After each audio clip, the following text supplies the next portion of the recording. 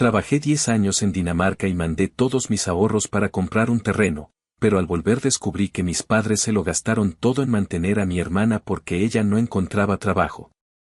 Trabajé 10 años fuera del país, en Dinamarca, y no fue por aventura ni por querer conocer Europa, fue porque en mi casa nunca hubo estabilidad y yo estaba cansado de vivir al día.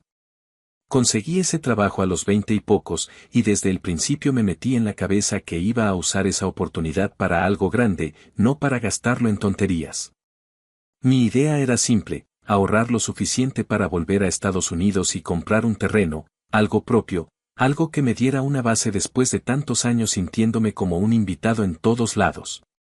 La vida allá no era fácil. Jornadas largas, clima pesado, estar lejos de todo el mundo que conocía, y una sensación constante de que no pertenecía. Aún así, me acostumbré. Lo que no hice fue darme lujos. Vivía en un apartamento pequeño, comía lo justo, no viajaba ni salía como otros compañeros. Todo lo que podía ahorrar, lo enviaba a una cuenta que abrí con mis padres, porque en ese momento me parecía lo más lógico. Ellos estaban en Estados Unidos, conocían el mercado, podían moverse mejor para cuando llegara el momento de comprar el terreno. Mi papá me decía que lo estaban guardando todo, que no me preocupara, y mi mamá siempre terminaba las llamadas diciendo que estaba orgullosa de mí, que todo ese esfuerzo iba a valer la pena. Durante esos años, mi hermana seguía en casa. Siempre fue así, desde que éramos jóvenes. Ella tenía problemas para mantener trabajos, decía que nada le salía bien, que la gente no la entendía, que necesitaba tiempo. Mis padres la justificaban todo el tiempo. Yo lo veía de lejos y, aunque me molestaba, prefería no meterme. Mi enfoque era otro, era salir adelante y ya. El tiempo pasó más rápido de lo que esperaba. 10 años trabajando sin parar, acumulando ahorros con la idea fija de volver y empezar de verdad. Cuando finalmente regresé, lo hice con una mezcla de cansancio y emoción que no sabía bien cómo manejar. Sentía que por fin iba a recoger el resultado de todo lo que había hecho. La conversación con mis padres no salió como esperaba. Al principio fue normal, hablamos de mi viaje, de cómo estaba, de lo que quería hacer ahora que había vuelto. Pero cuando mencioné el dinero y dije que quería revisar cuánto había para empezar a buscar terreno, todo cambió. Hubo un silencio raro, de esos que no necesitas que nadie te explique para saber que algo está mal. Mi mamá empezó a ponerse nerviosa y mi papá evitaba mirarme directamente. Finalmente, mi papá dijo que tenían que contarme algo y que no sabían cómo hacerlo. Ahí ya sentí que se me iba el piso. Me explicó que habían estado usando el dinero durante esos años, que no fue de golpe ni por una sola razón, sino poco a poco, porque en la casa había necesidades. Cuando pregunté qué tipo de necesidades, mencionó a mi hermana. Dijo que ella no había podido mantenerse, que había pasado por momentos difíciles, que necesitaba ayuda constante, y que ellos habían tomado la decisión de usar el dinero que yo enviaba para apoyarla.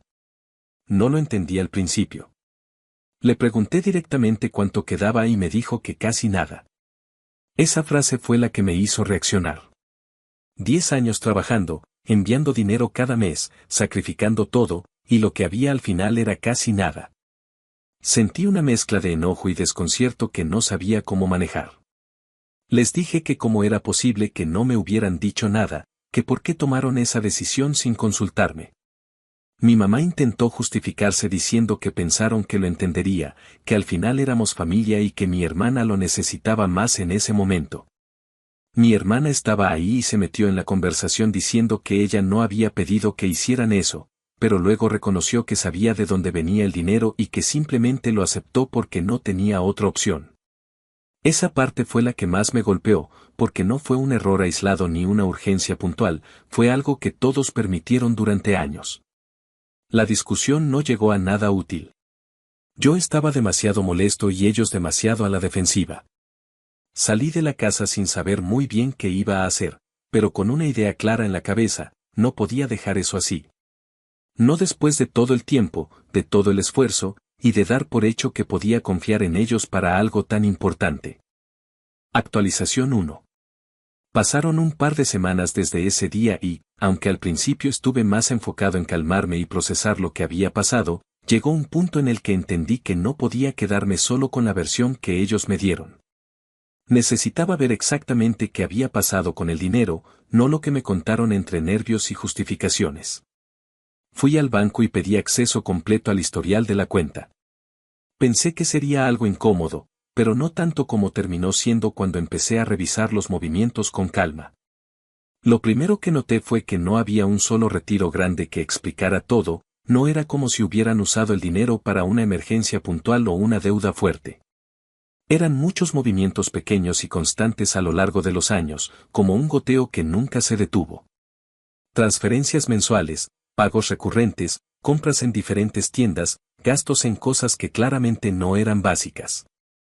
Había pagos de servicios, sí, pero también compras que no encajaban con alguien que supuestamente estaba pasando por una mala racha sin ingresos. Vi cargos en tiendas de ropa, en lugares de comida, incluso pagos de cosas que no eran precisamente necesarias. Mientras más avanzaba en los estados de cuenta, más claro se volvía que no estaban sobreviviendo con ese dinero, estaban viviendo con él. Me senté un buen rato con todos esos papeles frente a mí tratando de entender en qué momento se había normalizado todo eso. Porque no fue una decisión de un día, fue algo sostenido durante años, sin que nadie se detuviera a pensar que ese dinero tenía un propósito. En ese momento dejé de sentir solo enojo y empecé a sentir algo más frío, como si todo encajara de una forma que no me gustaba. Yo no había sido parte de una familia que cometió un error, había sido el respaldo constante de un sistema donde todos sabían que el dinero iba a llegar igual cada mes. Después de eso busqué asesoría legal. No tenía claro si lo que había pasado podía considerarse algo más allá de un problema familiar, pero necesitaba saberlo.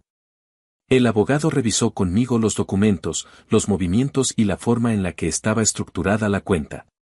Me explicó que, aunque mis padres también tenían acceso, el hecho de que el dinero proviniera de mis ingresos y que hubiera un acuerdo implícito de ahorro podía complicar las cosas para ellos. No era simplemente una cuestión de confianza rota, podía interpretarse como un uso indebido de fondos, especialmente porque nunca me informaron ni pidieron autorización para usar ese dinero de forma constante.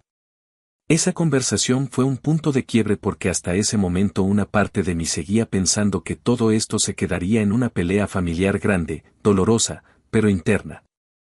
Cuando entendí que había una vía legal real, dejé de verlo como algo que tenía que resolver hablando con ellos otra vez. Ya lo había intentado y no había servido de nada. Lo único que obtuve fueron excusas y la expectativa de que lo dejara pasar. Decidí dar el siguiente paso con calma, sin impulsividad. Preparé una notificación formal con el abogado donde se detallaba la situación, el monto aproximado del dinero enviado durante esos años y la exigencia de una respuesta clara sobre cómo pensaban solucionar esto. No era una amenaza vacía, era un documento serio que dejaba claro que estaba dispuesto a llevar el asunto más lejos si no había una solución. Cuando recibieron eso, la reacción no tardó en llegar. Mi mamá me llamó el mismo día, llorando, diciendo que no entendía cómo podía hacerles algo así, que ellos siempre habían hecho lo mejor que pudieron, que esto iba a romper a la familia. Mi papá fue más directo, me dijo que estaba exagerando, que estaba convirtiendo un problema familiar en algo innecesariamente grande.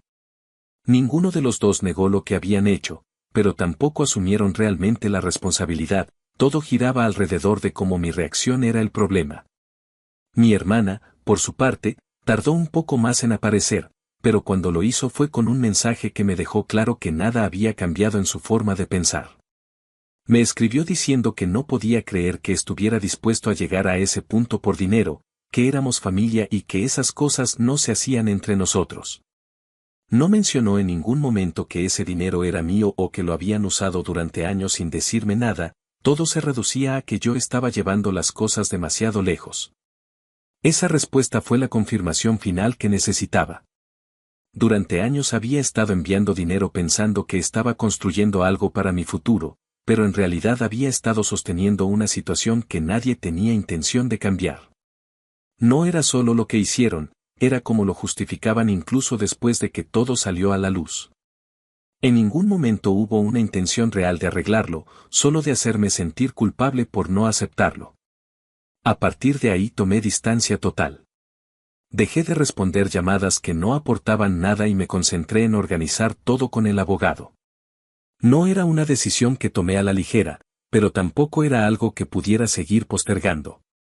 Ya no se trataba solo del dinero, sino de dejar claro que lo que hicieron tenía consecuencias y que no iba a seguir ocupando el mismo lugar en esa dinámica donde yo daba y los demás decidían qué hacer con eso. Actualización 2. Pasó alrededor de un mes desde que envié la notificación formal y, para ese punto, la situación ya había dejado de ser algo que solo se manejaba entre nosotros.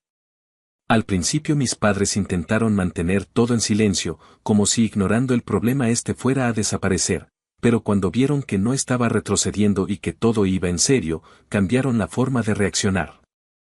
Empezaron a hablar con otros familiares, no para buscar una solución, sino para adelantarse a lo que pudiera pasar y controlar la versión de la historia que iba a circular. Me enteré de esto porque un tío me llamó con un tono que no había usado nunca conmigo. No estaba enojado, pero sí tenía esa actitud de alguien que cree que está mediando en algo que entiende a medias. Me dijo que había escuchado que yo estaba tomando acciones legales contra mis propios padres por un tema de dinero y que eso le parecía excesivo, que esas cosas se resolvían hablando, no metiendo abogados. Me preguntó directamente si era cierto que los estaba demandando por ayudar a mi hermana, usando casi las mismas palabras que claramente le habían dicho a él. En ese momento entendí exactamente lo que estaban haciendo. No estaban negando los hechos, estaban cambiando el enfoque. Ya no se trataba de que usaron mi dinero durante años sin decirme nada, ahora la historia era que yo estaba atacando a mi familia por haber apoyado a alguien que lo necesitaba. Era una forma bastante clara de hacerme quedar como el problema, como alguien frío que no entendía lo que significa ayudar a los suyos. No respondí de inmediato, pero tampoco dejé pasar la oportunidad. Le dije a mi tío que antes de dar una opinión necesitaba ver todo el contexto y le envié copias de los estados de cuenta, los movimientos, fechas y montos. No lo hice con la intención de ponerlo de mi lado, sino de que al menos supiera de qué estaba hablando. Después de eso no dijo mucho más. Hubo un silencio incómodo en la llamada y terminó con un comentario más neutro, como si ya no tuviera tan claro lo que quería decirme al inicio. Esa misma dinámica se repitió con otros familiares. Algunos me escribieron con cuidado, preguntando qué estaba pasando, otros directamente asumieron que yo estaba exagerando. A todos les respondí de la misma forma, mostrando datos concretos, sin adornar nada. Poco a poco, la narrativa que mis padres habían intentado construir empezó a desarmarse. Porque una cosa es decir que alguien está reaccionando mal y otra muy distinta es ver años de movimientos donde el dinero se usó de forma constante para mantener una situación que no era temporal. Mientras todo eso pasaba, también empecé a fijarme más en la vida de mi hermana, no desde el resentimiento, sino desde la necesidad de entender hasta qué punto había dependido de ese dinero. Lo que encontré no fue alguien completamente atrapado sin opciones, como siempre lo habían pintado. No tenía un trabajo estable, eso era cierto, pero tampoco estaba en una situación donde no pudiera hacer nada. Había periodos donde sí trabajaba, aunque fueran cosas temporales, y aún así el flujo de dinero desde la cuenta seguía siendo constante. También noté que no todo se iba en necesidades básicas. Había compras que indicaban que tenía cierto margen para gastar en cosas que no eran urgentes. No era una vida de excesos, pero tampoco encajaba con la imagen de alguien que apenas estaba sobreviviendo. Eso terminó de confirmar algo que ya venía sintiendo, el problema no era que la hubieran ayudado en un momento difícil. El problema era que esa ayuda se volvió permanente y nadie quiso ponerle un límite porque siempre había dinero disponible. Con todo eso claro, decidí avanzar sin más vueltas. No tenía sentido seguir esperando a que ellos ofrecieran una solución que claramente no iba a llegar. Hablé con el abogado y le dije que iniciáramos el proceso formal. Preparó toda la documentación necesaria y la presentó sin necesidad de que yo tuviera que volver a interactuar directamente con mis padres en ese punto. No les avisé que lo iba a hacer, no porque quisiera sorprenderlos, sino porque ya habían tenido suficiente tiempo para responder y no lo hicieron. La notificación les llegó a su casa unos días después. No estuve presente, pero la reacción no tardó en alcanzarme. Mi papá me llamó con un tono completamente distinto al de antes, ya no era alguien intentando convencerme, era alguien claramente molesto porque la situación había escalado a un nivel que no esperaba. Me dijo que esto ya era demasiado, que estaba cruzando una línea de la que no iba a poder volver, que estaba poniendo en riesgo todo por algo que, según él, se podía haber arreglado de otra forma. Mi mamá volvió a usar el mismo enfoque emocional, insistiendo en que esto iba a destruir a la familia, que no entendía por qué no podía simplemente dejarlo pasar y seguir adelante. En ningún momento mencionaron un plan para devolver el dinero o asumir lo que había pasado de forma concreta, todo seguía girando alrededor de cómo mi decisión los afectaba a ellos. Mi hermana, por su parte, desapareció completamente de la conversación. Dejó de escribirme y no intentó contactarme de ninguna forma. No sé si fue porque no sabía qué decir o porque entendió que ya no tenía el mismo control sobre la situación, pero su silencio fue más revelador que cualquier mensaje que hubiera podido enviar. A partir de ese momento, la dinámica cambió por completo. Ya no había discusiones constantes ni intentos de convencerme, había una distancia clara y un proceso en marcha que no dependía de lo que sintieran o pensaran. Por primera vez desde que volví, sentí que la situación estaba avanzando hacia algún lado concreto, aunque ese camino no fuera cómodo para nadie. Actualización final. Pasaron varios meses desde que se inició el proceso y, aunque al principio todo parecía avanzar lento, hubo un punto en el que las cosas empezaron a moverse más rápido de lo que esperaba. Mis padres contrataron un abogado y, a partir de ahí, la comunicación dejó de ser directa. Todo se manejaba a través de documentos, llamadas entre abogados y propuestas que iban y venían. Para ese momento, ya no había espacio para discusiones emocionales ni intentos de hacerme cambiar de opinión, lo que había era una situación concreta que tenían que enfrentar. Durante ese tiempo, yo también tuve que organizar muchas cosas por mi cuenta. Seguí trabajando, intentando reconstruir una rutina después de tantos años fuera, y al mismo tiempo ajustándome a la idea de que lo que había planeado durante una década no iba a salir exactamente como lo imaginé.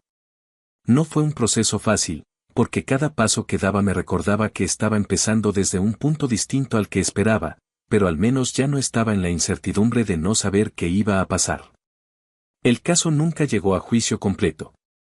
Antes de que eso ocurriera, el abogado de mis padres propuso una negociación. Básicamente, reconocían que el dinero se había utilizado, pero argumentaban que no tenían la capacidad de devolver todo de inmediato. No era una sorpresa, porque ya sabía que no tenían ese tipo de liquidez, pero lo que sí tenían era la casa en la que vivían desde hacía años.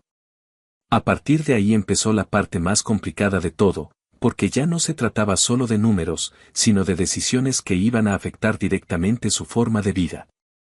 Las propuestas iniciales eran bastante bajas, intentaban cubrir solo una parte del monto total, con plazos largos y condiciones que no me daban ninguna seguridad real.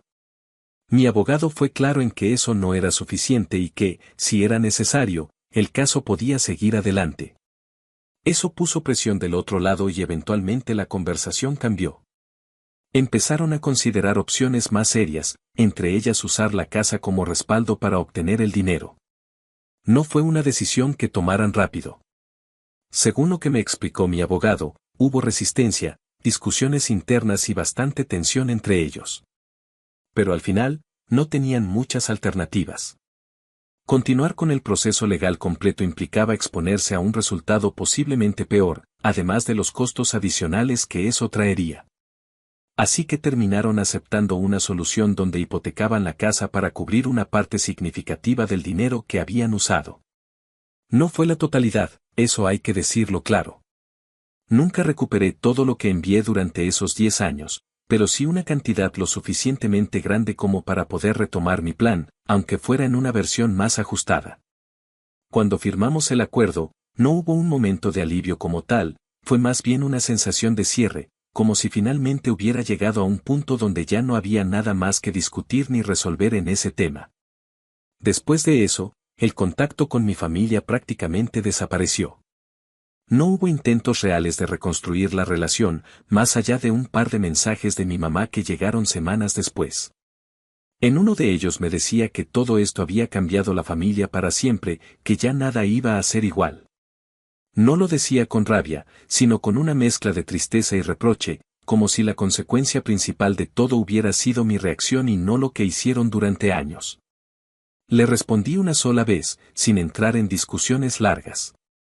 Le dije que esto no empezó conmigo, que la relación ya estaba rota desde el momento en que decidieron usar el dinero sin decirme nada, y que yo solo había reaccionado a algo que ellos eligieron hacer. Después de eso no volvimos a hablar. No fue una decisión formal de cortar contacto, simplemente no había nada más que decir. Mi hermana nunca volvió a escribirme. No pidió explicaciones, no intentó justificarse de nuevo, ni siquiera apareció para decir algo cuando se cerró el acuerdo. Su silencio fue total, como si todo este proceso hubiera sido algo ajeno a ella, a pesar de haber sido el centro de todo desde el inicio. Con el tiempo entendí que probablemente esa era su forma de manejarlo, pero tampoco sentí la necesidad de buscar una conversación que claramente no iba a aportar nada. Con el dinero que recuperé, empecé a moverme para comprar el terreno. No era el mismo tipo de propiedad que había imaginado durante todos esos años, tuve que ajustar expectativas y ser más realista con lo que podía permitirme, pero aún así fue un paso importante. Cuando finalmente firmé los papeles, no fue un momento grandioso ni lleno de emoción como lo había pensado en el pasado. Fue más tranquilo, más sobrio, pero también más real. Era algo que había conseguido a pesar de todo lo que pasó en el camino. Ahora estoy en proceso de organizar lo que sigue, viendo opciones para construir poco a poco y sin depender de nadie más. La diferencia es que esta vez tengo claro cómo quiero manejar las cosas y hasta dónde llegan mis límites. Todo lo que pasó me obligó a replantear muchas cosas, no solo en términos de dinero, sino de relaciones y de expectativas. Si algo me quedó claro es que el problema nunca fue ayudar, sino dar por hecho que los demás iban a respetar lo que ese esfuerzo representaba. Durante años creí que estaba construyendo algo con el apoyo de mi familia, cuando en realidad estaba sosteniendo una dinámica que solo funcionaba mientras yo siguiera aportando sin cuestionar nada. Cuando eso se rompió, también se rompió la idea que tenía de ellos. No sé si en el futuro habrá algún tipo de acercamiento o si esto se va a quedar así de forma permanente. Por ahora, no es algo que me preocupe. Estoy enfocado en lo que tengo que hacer y en asegurarme de que lo que construya a partir de ahora dependa únicamente de mí. Puede que haya perdido parte de lo que gané durante esos años, pero al menos ya no estoy en una posición donde otros deciden por mí.